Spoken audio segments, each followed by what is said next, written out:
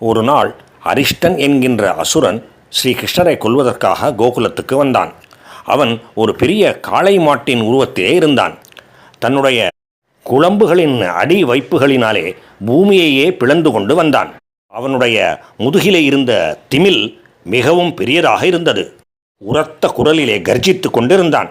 மிகுந்த கோபத்தோடு தன்னுடைய வாளை தூக்கி கொண்டு தன்னுடைய கொம்புகளினாலே மலையின் அடிவரையிலே கொத்தி கீறி கொண்டிருந்தான்.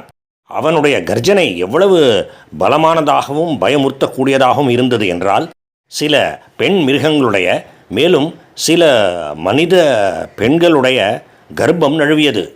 அவர்களுக்கு குறை பிரசவமே நேர்ந்துவிட்டது. அவனுடைய பெரிய திமிலை மலை என்று நினைத்து கொண்டு மேகங்கள் எல்லாம் அந்த திமிலின் மேலே அமர்ந்தன. அவனை கண்ட கோகுலத்திலே இருந்த பசுக்களும் கோபர்களும் கோபிகைகளும் பயந்து ஓடினார்கள். கிருஷ்ணா என்று கூவிக்கொண்டு பகவான் ஸ்ரீ கிருஷ்ணரை சரணம் என்று அடைந்தார்கள். பகவான் அவர்களுக்கு பயப்பட வேண்டாம் என்று அபயம் அளித்தார். மேலும் அந்த ரிஷபத்தை பார்த்து, அந்த அசுரனை பார்த்து, அப்பாவிகளான ஆண்களையும் பெண்களையும் மிருகங்களையும் பயமுறுத்துகின்ற நீ சரியான வீரம் உடையவன்தானா? வேண்டுமென்றால் உனக்கு தைரியம் இருந்தால் என்னுடன் மோதிப்பார் என்று சவால் விட்டு கை கொட்டி அந்த அசுரனை அழைத்தார். அந்த அறைகூவலை கேட்ட அசுரனும் மிகுந்த கோபத்தோடு கிருஷ்ணரிடம் வந்தான். தன்னுடைய வாளை உயர தூக்கி சுழற்றி கொண்டு வந்தான். அந்த உயரமான வாளின் சுழற்சியினாலே மேகங்கள் கலைந்தன, இங்கும் அங்கும் சிதறி ஓடின. கிருஷ்ணரோ அவனிடம் சிறிதும் அஞ்சாமல் அவனுடைய 2 கொம்புகளையும் பிடித்து இழுத்து அவனை தூரத்திலே தள்ளிவிட்டார். அப்படி விழுந்த வேகத்திலே அந்த அசுரன் மிகவும் களைப்படைந்தான். அவனுக்கு உடலெல்லாம் வியர்வை பெருகியது. ஆனாலும் மீண்டும் எழுந்திருந்து கிருஷ்ணரை நோக்கி ஓடி வந்தான். பகவான் அவனுடைய 2 கொம்புகளையும் பிடித்து பூமியிலே தள்ளி அவனை தன்னுடைய காலாலே உதைத்தார். மேலும் அந்த அசுரனுடைய காளை மாட்டின் உருவத்திலே இருந்த அந்த அசுரனுடைய கொம்பை பிடுங்கி அந்த கொம்பினாலேயே அவனை குத்தி கொன்றார். அதனால் அந்த அசுரன் இரத்தத்தை கக்கிக்கொண்டு பூமியிலே விழுந்தான், இறந்தும் போனான். அதனால் அந்த அசுரன் கொல்லப்பட்டதால் அனைவரும் நிம்மதி அடைந்து மகிழ்ச்சி அடைந்தார்கள். அதன் பிறகு ஒரு நாள் தேவ ரிஷியாகிய நாரதர் கம்சனிடம் சென்றார். அவனிடம் கம்ச மன்னனிடம் கிருஷ்ணர் மற்றும் பலராமரை பற்றி எடுத்து கூறினார். கம்சனே, கிருஷ்ணர் தேவகியின் மைந்தன், பலராமன் ரோஹிணியின் மகன். உன்னிடம் பயந்து போய் வசுதேவர் அந்த இருவரையுமே கோகுலத்திலே தன்னுடைய நண்பராகிய நந்தகோபரிடம் விட்டுவிட்டார். நீ கொல்வதற்கு முயற்சிக்கும் பொழுது உன்னிடம் பிடிபடாமல் ஆகாயத்தை நோக்கி சென்றாலே ஒரு பெண் குழந்தை. அந்த பெண் குழந்தை தான் யசோதையின் குமாரி. நீ அனுப்பிய அசுரர்களை எல்லாம் கிருஷ்ணரும் பலராமரும் கொன்று போட்டு விட்டார்கள் என்று எடுத்து கூறினார். அதனால் இந்த விவரங்களால் மிகுந்த கோபம் கொண்ட கம்சன் வசுதேவரை அப்பொழுதே கொன்றுவிட வேண்டும் என்று நினைத்தான். ஆனால் அப்படி வசுதேவரை கொன்றுவிட்டால் கிருஷ்ணரும் பலராமரும் அந்த இடத்தை விட்டே, கோகுலத்தை விட்டே வேறெங்காவது ஓடிப்போய் விடுவார்கள் என்று நினைத்து வசுதேவரை கொல்லாமல் விட்டுவிட்டான். அதற்கு மாறாக வசுதேவரையும் தேவகியையும் மீண்டும் சிறையிலே அடைத்தான். அதன் பிறகு கம்சன் கேசி என்கின்ற அசுரனை அழைத்து, நீ கோகுலம் சென்று ராமகிருஷ்ணர்களை, பலராமனையும் கிருஷ்ணரையும் கொன்று போட்டு விடு என்று ஆக்ஞாபித்தான், கட்டளையிட்டான்.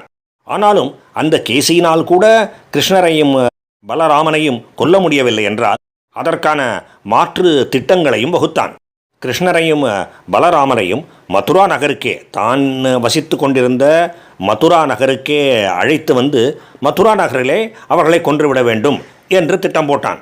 அதற்காக சாணூரன் மற்றும் முஷ்டிகன் என்கின்ற 2 வலிமை வாய்ந்த மிக்க பலம் பொருந்திய மல்லர்களை, மல்யுத்தத்திலே தேர்ந்தவர்களை ஏற்பாடு செய்தான்.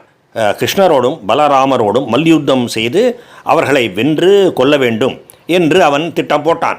மேலும் மதம் பொருந்திய, மதம் நிறைந்த குவலயா பீடம் என்கின்ற யானையையும் ஏற்பாடு செய்தான். இவற்றையெல்லாம் நிறைவேற்றுவதற்காக தனுர் யாகம் செய்ய வேண்டும் என்று நிச்சயித்தான். அந்த யாகத்தின் வைபவங்களிலே கலந்து கொள்வதற்காக பலராமரையும் கிருஷ்ணரையும் மதுராவுக்கு வரவழைக்க வேண்டும் என்பது அவனுடைய திட்டம். அதன் பிறகு அக்ரூரரை கூப்பிட்டு அனுப்பி அவரிடம், அந்த அக்ரூரரிடம், நீங்கள் நந்த கோகுலத்துக்கு செல்லுங்கள், பலராமரையும் கிருஷ்ணரையும் இங்கே அழைத்து வாருங்கள். அவர்கள் அந்த 2 பேரும் இங்கே வந்ததும் அவர்களுக்கு யமனாக இருக்கின்ற என்னுடைய குவலையா பீட்டம் என்கின்ற யானையின் மூலமாக அவர்களை கொல்கின்றேன். அதிலே காரியமாகவில்லை என்றால் என்னுடைய சிறந்த மல்யுத்த வீரர்களின் மூலமாக அவர்களை கொன்றுவிடுகின்றேன். இந்த என்னுடைய திட்டங்களை எல்லாம் நல்லபடி நிறைவேற்றுவதற்காக நீங்கள் கோகுலத்துக்கு சென்று மதுரா நகரத்தையும் அந்த நகரிலே நடைபெற இருக்கின்ற தனுர் யாகத்தையும் காணலாம் வாருங்கள் என்று கூறி கிருஷ்ணரையும் பலராமரையும் இங்கே அழைத்து வாருங்கள் என்று கூறினான். அக்ரூரரும் அப்படியே செய்கின்றேன் என்று வாக்களித்தார். இவ்வாறாக ஒரு பெரிய திட்டத்தை வகுத்தான் கம்சன். அந்த திட்டத்தின் முதல் அம்சமாக கேசி என்கின்ற அசுரன் கோகுலத்துக்கு சென்றான்.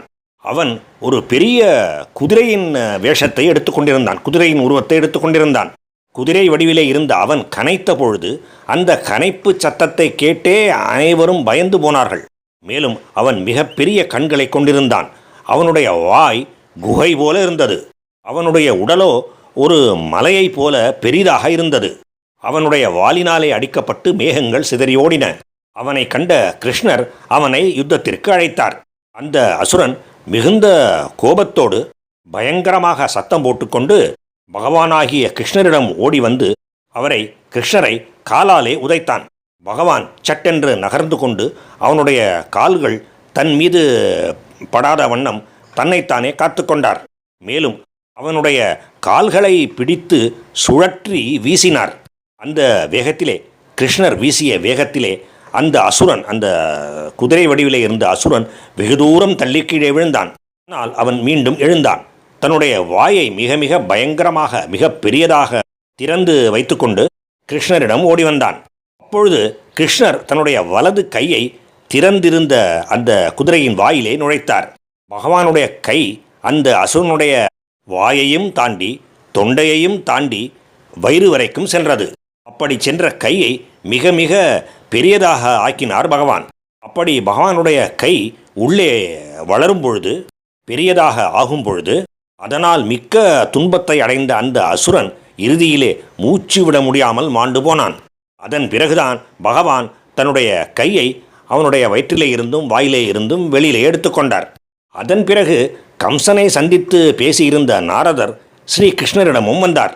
பகவானுடைய அந்த கிருஷ்ண அவதாரத்தை துதித்து போற்றி புகழ்ந்தார். பகவானுடைய கல்யாண குணங்களை போற்றி துதித்தது மட்டுமல்லாமல் இந்த கிருஷ்ண அவதாரத்திலே அவர் இன்னும் என்னவெல்லாம் செய்யப்போகின்றார் என்பதையும் சுருக்கமாக கூறினார். அவை எல்லாவற்றையும் நான் பார்ப்பேன் என்றும் கூறினார். இன்றிலே இருந்து 3வது நாளிலே முஷ்டிகன் போன்ற மல்லர்களை தாங்கள் கொல்லப் போகின்றீர்கள். குவலையா பீட்டம் என்கின்ற யானையையும் கொல்லப் போகின்றீர்கள். பின்பு கம்சனையும் வதம் செய்வீர்கள் என்றும் எடுத்து கூறினார். இவ்வாறெல்லாம் கூறிவிட்டு தங்களுக்கு நமஸ்காரம் என்று கூறி அங்கிருந்து புறப்பட்டார். ஸ்ரீ கிருஷ்ணர் வழக்கம் போல தன்னுடைய நண்பர்களுடன் விளையாடினார். சிலர் ஆடுகளாக விளையாடினார்கள். சிலர் அந்த ஆடுகளை பிடிக்கின்ற கவர்ந்து செல்கின்ற திருடர்களாக விளையாடினார்கள். வேறு சிலர் அந்த திருடர்களை பிடிப்பவர்களாக விளையாடினார்கள். திருடுபவர்கள் ஆடுகளை திருடிக்கொண்டு சென்று விடுவார்கள். பிறகு அந்த திருடர்களை பிடிக்கின்றவர்கள் இங்குமங்கும் தேடி அந்த திருடர்களையும் அவர்கள் கொண்டு சென்றிருந்த ஆடுகளையும் பிடிப்பார்கள். இதுதான் அந்த விளையாட்டு. இந்த விளையாட்டிலே ஆடுகள், திருடர்கள், அந்த திருடர்களை பிடிக்கின்றவர்கள் எல்லோருமே கோபர்கள்தான், கிருஷ்ணரின் நண்பர்கள்தான். அப்படி அவர்கள் விளையாடி கொண்டிருந்த பொழுது மயனுடைய மகனாகிய வியோமன் என்பவன் அங்கே வந்து சேர்ந்தான். அவன் ஓர் இடைச்சிறுவனைப் போல உருவத்தை எடுத்துக்கொண்டான். அந்த கோபர்களோடு கோபராக தானும் கலந்து கொண்டான். தான் ஆடுகளை திருடுபவனாக இருந்து கொண்டான். அதையே சாக்காக வைத்துக்கொண்டு ஆடுகளாக இருந்த சில பாலகர்களை, கோபர்களை தூக்கி கொண்டு வெகு தூரம் சென்று விட்டான். ஒரு மலையின் குகையிலே ஒளித்து வைத்தான். ஒரு பெரிய பாறையினாலே அந்த மலை குகையை மூடிவிட்டான். பிறகு திரும்பி வந்தான். மேலும் சில ஆடுகளை, அதாவது கோபகுமாரர்களை தூக்கி கொண்டு அதே மலைக்கு சென்றான். குகையிலே ஒளித்து வைத்தான். பாறையால் மறுபடியும் மூடினான். இப்படி திரும்ப திரும்ப செய்து கோபர்கள் அனைவரையுமே அவன் அபகரித்து விட்டான். மலை குகையிலே ஒளித்து வைத்து விட்டான். 4-5 சிறுவர்கள்தான் மீதம் இருந்தார்கள். பகவானாகிய ஸ்ரீ கிருஷ்ணர் இவை எல்லாவற்றையுமே அறிந்து கொண்டார். அந்த வியோமன் என்கின்ற அசுரனை பிடித்து கொண்டார். அந்த அசுரன் கிருஷ்ணரின் பிடியிலே இருந்து தன்னை விடுவித்துக் கொள்வதற்கு பெரிதும் முயற்சி செய்தான். ஆனாலும் அந்த முயற்சி எதுவும் பலிக்கவில்லை. பிறகு பகவான் அவனை கீழே தள்ளி கொன்றார். பிறகு அந்த மலை குகைக்கு சென்று பாறையை அகற்றி அந்த மலை குகையிலே இருந்த எல்லா கோபர்களையும் விடுவித்து வெளியிலே கொண்டு வந்தார். இதனால் பிரீத்தி அடைந்த அனைவரும் கிருஷ்ண பகவானை துதித்தார்கள். பகவானுக்கும் பாகவத புராணத்துக்கும் பக்தர்களுக்கும் நமஸ்காரம்.